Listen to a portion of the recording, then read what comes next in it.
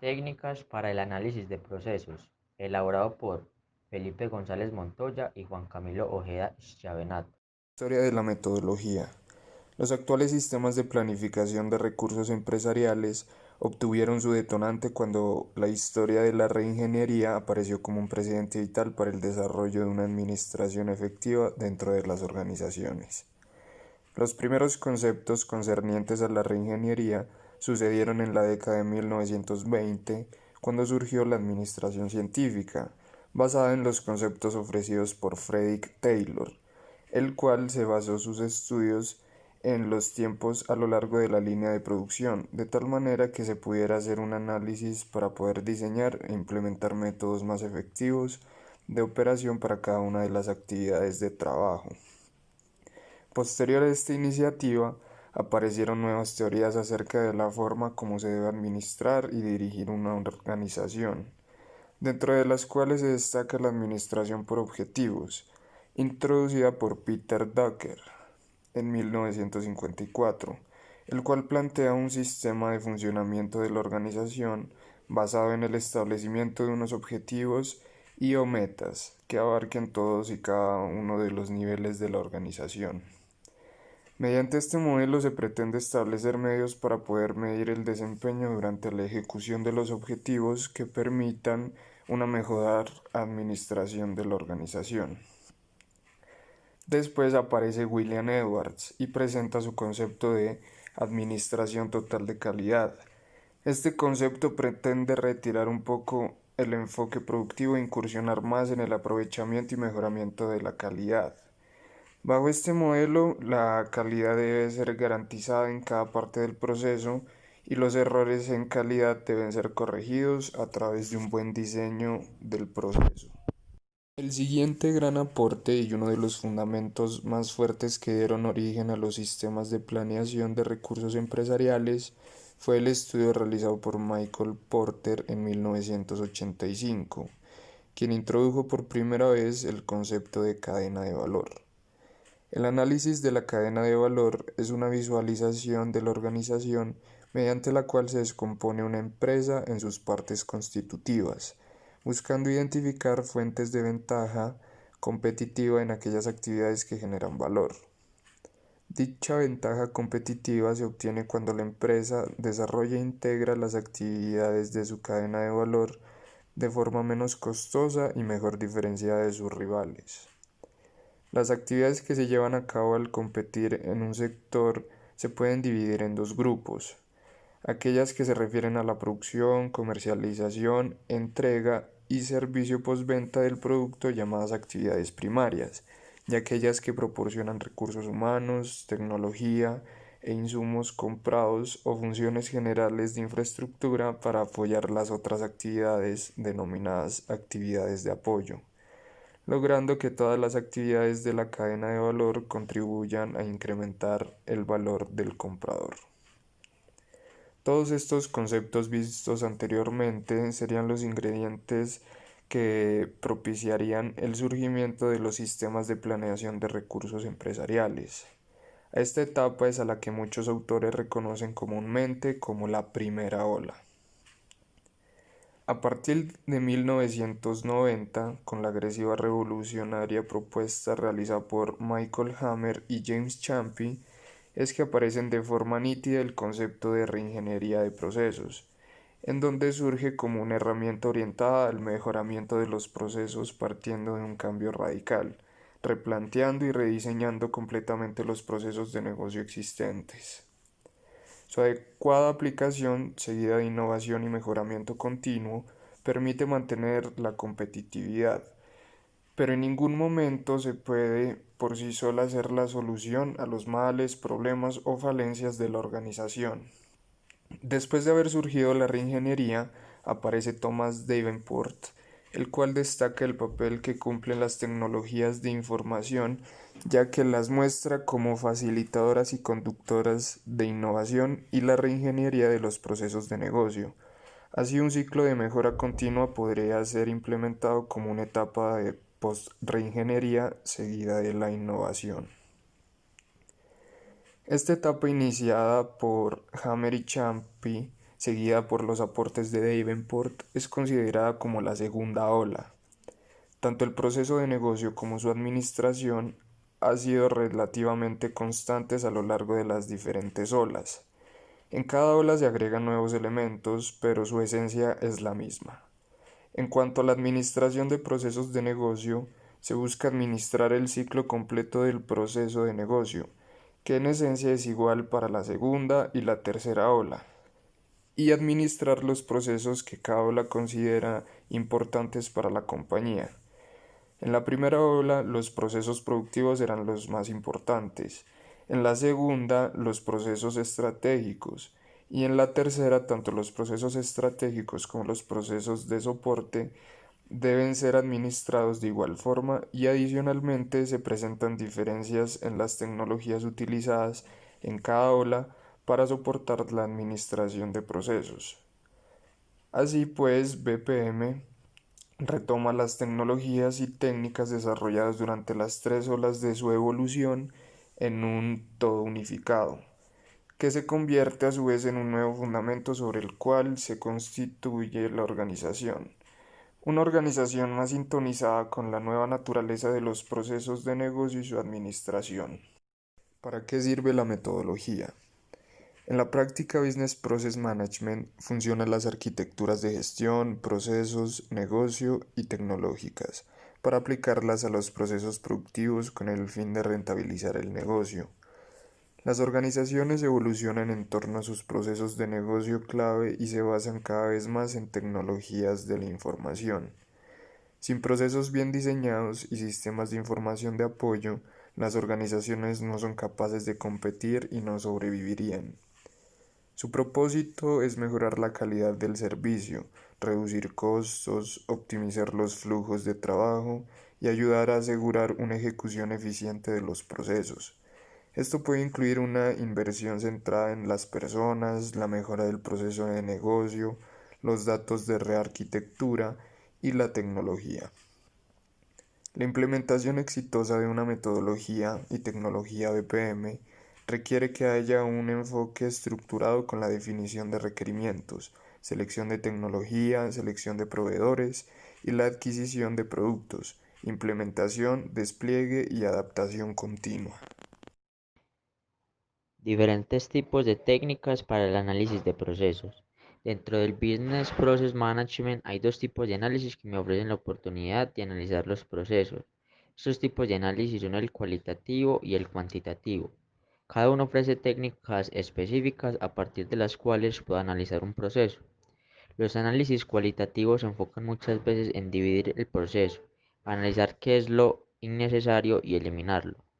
Los análisis cuantitativos se enfocan en obtener información sistemática de los procesos. Ofrecen normalmente más precisión y profundidad en sus hallazgos, lo que les sirve a las empresas para tener más criterio a la hora de tomar decisiones. ¿Para qué sirven las técnicas de análisis de procesos? En el análisis cualitativo de procesos, las técnicas que más destacan son las del valor agregado, técnica del análisis de la raíz de la causa y la técnica del análisis de Pareto. En análisis de valor agregado sirve para los procesos que se consideran que no aportan valor, para encontrar una forma de sacarlos o eliminarlos, con el fin de que se queden solo aquellos que se consideren procesos o actividades de valor agregado.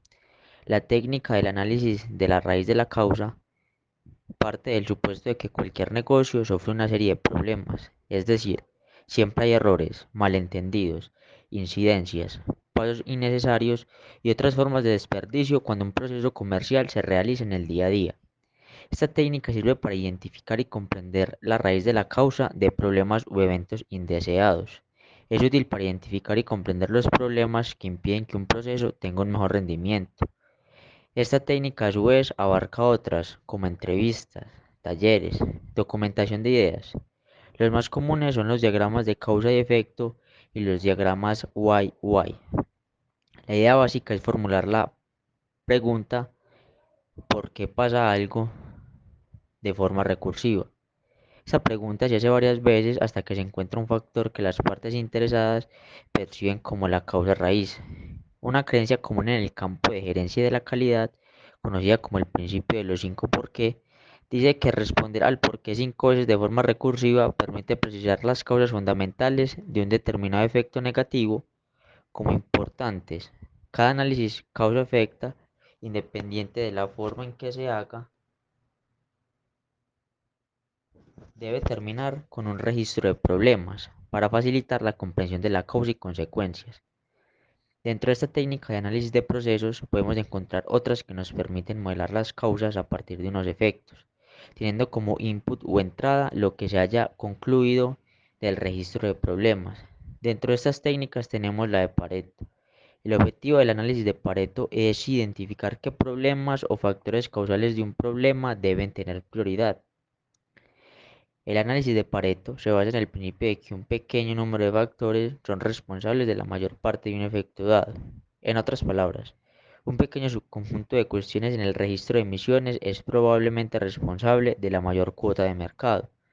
Para un problema determinado, es probable que un pequeño subconjunto de factores detrás de este problema sea responsable para la mayor parte de las ocurrencias de este problema. ¿Para qué sirven las técnicas de análisis cuantitativo de procesos?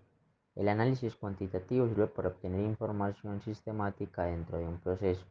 Este tipo de análisis posee técnicas que le permiten a las empresas tomar decisiones con mayor criterio que si se tratara de un análisis cualitativo. La primera técnica de análisis de procesos cuantitativo es la técnica de medidas de desempeño. Esta técnica se centra en las dimensiones de los procesos que son tiempo, costo, calidad y flexibilidad. A partir de esto se intenta refinar, optimizar cada uno de ellos partiendo de indicadores. Por lo general se escogen funciones estadísticas como promedio, percentiles, varianza, máximos y mínimos, que son usados para formular indicadores de desempeño. Dentro de esta técnica se encuentra un concepto que se llama el Balance Scorecard, que es otra forma de clasificar y definir las medidas de desempeño que vienen dadas por el concepto de cuadro de mando integral. El cuadro de mando integral es esencialmente un enfoque para alinear los objetivos y medidas que se utilizan para evaluar el trabajo de los gerentes. El cuadro de mando integral se basa en 4 dimensiones de desempeño, cada una de las cuales cubre una preocupación fundamental de una empresa, dentro de las cuales tenemos medidas financieras, como el flujo de caja para garantizar la supervivencia y el margen operativo; medidas comerciales internas, como el tiempo de ciclo para asegurar eficiencia y bajos niveles de inventario en el caso de las organizaciones de fabricación. También se tienen medidas de innovación y aprendizaje con el fin de lograr el liderazgo tecnológico, asegurar una ventaja competitiva y atraer y retener talento. Y por último, tiene medidas del cliente. Por ejemplo, entrega a tiempo para garantizar la satisfacción y lealtad.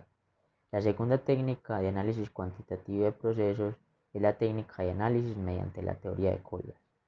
La teoría de colas es una colección de técnicas matemáticas que sirven para analizar sistemas que tienen contención de recursos. La contención de recursos conduce inevitablemente a colas, ya que todos probablemente hayan tenido experiencia en las cajas registradoras de los supermercados, en la oficina de un banco, oficina de correos o agencia gubernamental. Hay muchas técnicas que nos ofrece la teoría de colas, pero solo se estudia las técnicas MM1 y las técnicas MMC. En el campo de la teoría de las colas, un sistema de cola único se denomina cola MM1. Si los tiempos entre llegada de los clientes siguen una distribución exponencial, los tiempos de procesamiento siguen una distribución exponencial, hay un solo servidor y los trabajos son realizados en base al primero en entrar, primero en salir. En el caso de la cola MM1, también suponemos que cuando llega un trabajo ingresa a la cola y permanece allí hasta que se toma por el servidor. Si se cumplen las condiciones anteriores, pero hay varios servidores en lugar de solo uno, se dice que es un sistema de cola MMC, donde C es el número de servidores. Se puede definir una cola MM1 o una cola MMC mediante los siguientes parámetros. Lambda, la tasa media de llegadas por unidad de tiempo. El tiempo medio entre llegadas es entonces 1 sobre lambda. Por ejemplo, si lambda es igual a 5, significa que hay 5 llegadas por hora, y esto implica que el tiempo medio entre llegada entre dos trabajos consecutivos es de 1 sobre 5 horas, es decir, 12 minutos. Mu, el número medio de clientes que se pueda entender por unidad de tiempo. El tiempo medio de procesamiento por trabajo es entonces 1/μ. Por ejemplo, 9 igual 6 significa que 6 trabajos son servidos por hora, es decir, se sirve un trabajo en 10 minutos en promedio. En el caso del modelo o técnica de colas MMC, el número de servidores es C. Dado un sistema MM1 o MMC, la teoría de colas nos permite calcular los siguientes parámetros. L sub Q, que es la cantidad promedio de trabajos en la cola, W sub Q, el tiempo promedio que un trabajo pasa en la cola, W, el tiempo promedio que pasa un trabajo en el sistema, y esto incluye el tiempo que el cliente pasa en la cola como el tiempo que el cliente pasa siendo atendido, y L es el número promedio de trabajos en el sistema. La tercera técnica de análisis cuantitativo de procesos es la técnica de simulación para el análisis de procesos. Esta técnica sirve para generar una gran cantidad de instancias hipotéticas de un proceso, ejecutarlas y registrar cada paso de esta ejecución. El output de un simulador normalmente incluye los registros de simulación, así como algunas estadísticas relacionadas con los tiempos de ciclo, tiempos de espera promedio y utilización promedio de recursos. Los simuladores de procesos pueden simular eficazmente miles de instancias de procesos y decenas de miles de elementos de trabajo en cuestión de segundos. Es importante a la hora de realizar simulaciones proponer la hora en que la tarea estuvo lista para ejecutarse, la hora en que se inició la tarea, lo que significa que se asignó a un recurso, y por último, la hora en que se completó la tarea. Funcionamiento y metodología de las técnicas para el análisis de procesos. Técnicas cualitativas. Análisis de valor agregado. Para aplicar esta técnica, primero descomponer el proceso en pasos, luego se determinar cuál es el cliente del proceso y cuáles son los aspectos positivos que el cliente espera obtener del proceso. Esos aspectos son los que agregan valor al cliente, puesto que el cumplimiento o no de estos depende de la satisfacción del mismo. Luego de descomponer en pasos e identificar las salidas que el cliente espera, se puede comenzar un análisis en términos del valor agregado, partiendo del supuesto que aquellos que contribuyen positivo y directamente en el proceso son los que añaden valor al mismo. La técnica de análisis de valor agregado es una técnica mediante la cual una persona o un analista descompone un modelo de proceso, extrae cada paso del mismo y lo clasifica en pasos de acuerdo a las siguientes categorías. Lo puede clasificar en value adding. Este es un paso que produce valor o satisfacción frente al cliente. Al determinar si un paso agrega o no valor, se puede ayudar con la respuesta de las siguientes preguntas. ¿El cliente estaría dispuesto a pagar por esta actividad? El segundo tipo de clasificación es Business Value Adding. El paso es necesario o útil para que la empresa funcione sin problemas, o es necesario debido al entorno regulatorio de la misma. Y el último tipo de actividad son las Non-Value Adding, que es el paso del proceso que no cae ni en el Business Value Adding ni en el Value Adding. Luego de esto, la técnica de análisis de valor agregado nos dice que tenemos que eliminar los residuos. Luego de haber clasificado y dividido el proceso, se debe determinar una forma de eliminar estos residuos. La regla dice que se debe hacer todo lo posible para eliminar los non-value adding process y los business value adding process steps. Hay diferentes formas de eliminar los residuos. Una de ellas es bastante radical, que es cambiar a toda la gente o simplemente realizar un cambio. Si bien la eliminación de los non-value adding generalmente se considera un objetivo deseable, la eliminación de los business value adding se debe considerar como una compensación, dado que los business value adding juegan un papel importante en el modelo de negocio. Antes de eliminar un business value adding, primero se deben de mapear los pasos del business value adding y los objetivos y los requisitos comerciales, con el fin de que la eliminación del mismo no vaya en contra de los intereses de la organización. El segundo tipo de análisis o metodología es la metodología para el análisis de la causa de efecto. Hay varias técnicas de análisis de causa de efecto, dentro de las cuales está la elaboración de todo tipo de diagramas causa y efecto, pero para elaborarlos primero tengo que dividir las causas en dos, en factores causales y contribuyentes. Los causales son aquellos que, si se corrigen, eliminan o evitarán que el problema ocurra en el futuro. Y los contribuyentes son aquellos que se preparan el escenario para que, o que aumenten las posibilidades de que ocurra un problema determinado o para que disminuya. Luego de identificar las categorías y subcategorías del proceso y a partir de allí puedo crear diferentes tipos de estrategias para buscar cuáles son las causas que están provocando los problemas dentro de la organización. Esto puede ser preguntándole a varios participantes sobre su opinión acerca de las posibles causas de un problema. Ahora bien, en un diagrama causa-efecto los factores son agrupados en categorías y subcategorías. Estas categorías son útiles para orientar la búsqueda de las causas. Por ejemplo, al organizar una sesión de lluvia de ideas para el análisis de la raíz de la causa. La forma de estructurar la sesión primero es rodear la mesa preguntándole a cada participante su opinión acerca de las posibles causas del problema en cuestión. Las causas son primero escritas en orden y a continuación las causas que se identifican se deben de clasificar en categorías y luego la discusión se sigue llevando a cabo pero teniendo en cuenta la división marcada por las categorías. Esta es una metodología para aplicar un análisis causa-efecto. Ahora bien, hay más, como por ejemplo el uso de las 6 M's, que consiste en dividir en 6 categorías un proceso y a partir de allí comenzar a buscar en qué categorías es en la que se están presentando fallas y por qué. Estas categorías son máquina. En esta categoría se pueden identificar fallas en software, funcionalidad de los sistemas, almacenamiento redundante, falta de integración de sistemas, diseños deficientes en las interfaces que usan los usuarios. La segunda categoría es el método, que son los factores que se derivan de un proceso, como la falta de comunicación o exceso o falta de empoderamiento por parte de los colaboradores. La tercera categoría es materiales, que son factores derivados de las materias primas o datos requeridos como entradas para la actividad en el proceso. Pueden ser datos incorrectos que se estén utilizando o materias primas que no sean de la calidad esperada. El otro factor es hombre, que son los factores relacionados con una evaluación incorrecta o un paso realizado de una forma no adecuada y son cometidos esos fallos por hombres.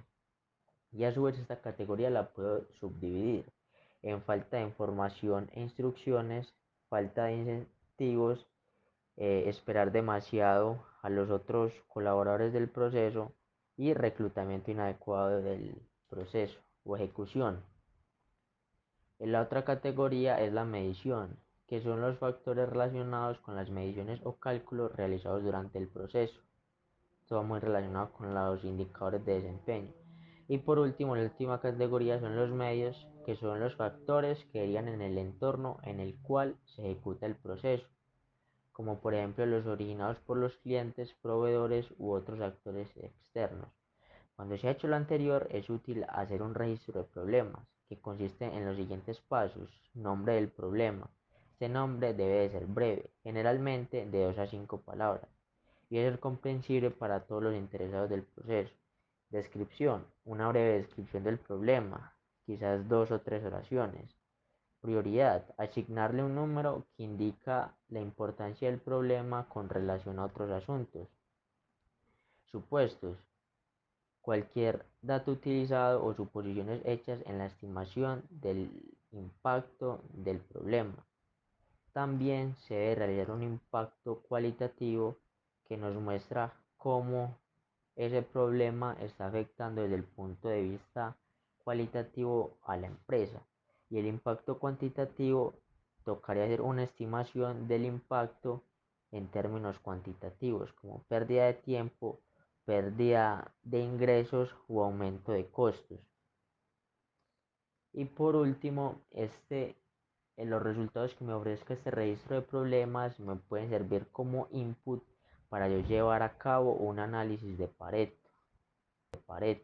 Metodología y funcionamiento para las técnicas de análisis cuantitativas de procesos.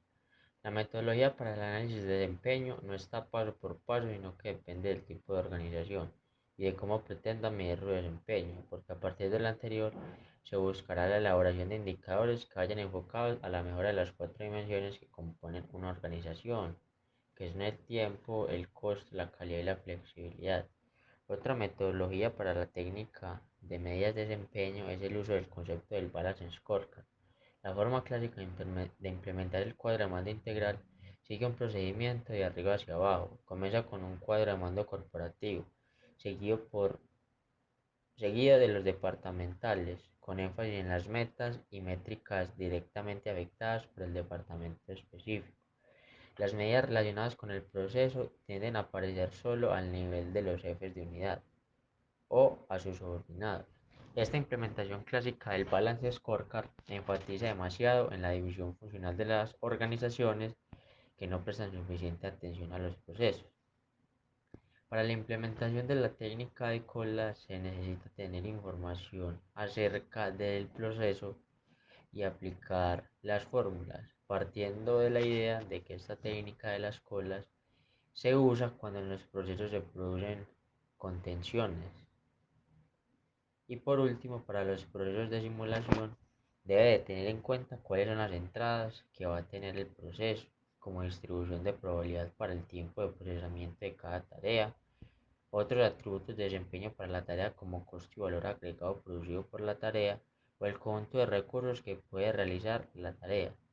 Este conjunto se suele llamar fondo de recursos. Además, para ejecutar una simulación, el análisis también debe especificar en al menos los siguientes aspectos: los tiempos entre llegadas y la tasa media de llegadas, la fecha y hora de inicio de la simulación, la fecha y hora de finalización de la simulación, la duración en tiempo real de la simulación y el número necesario de instancias del proceso que se van a simular.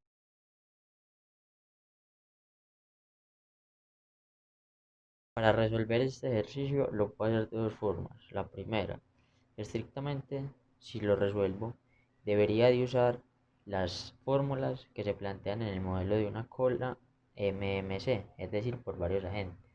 O la otra es planteando un modelo de una cola MM1 con la diferencia de que el resultado obtenido no va a tener tanta precisión como si utilizara las fórmulas del modelo de una cola MMC. Por motivos prácticos se utilizarán las fórmulas de un modelo MM1 para la resolución de este problema. Se debe partir del supuesto de que el sistema puede manejar 1 por 1 entradas u órdenes, que es lo mismo que el número de agentes multiplicado por la cantidad de órdenes o pedidos que estos pueden atender en un determinado periodo de tiempo, y que W sub Q debe ser menor a 1 minuto para que pueda cumplir con el requisito de 1 minuto que ha establecido el servicio al cliente, que establece que un cliente debe esperar como máximo 1 minuto para ser atendido. Primero, para hallar el E sub Q debo calcular la tasa de ocupación, que en este caso me da 0.57, que es 40 sobre 70. Luego debo hallar el L sub Q, que es igual a 0.76. Luego de hallar el L sub Q, debo hallar el W sub Q, que para este caso me da 0.0189 horas, que es lo mismo que 1.13 minutos.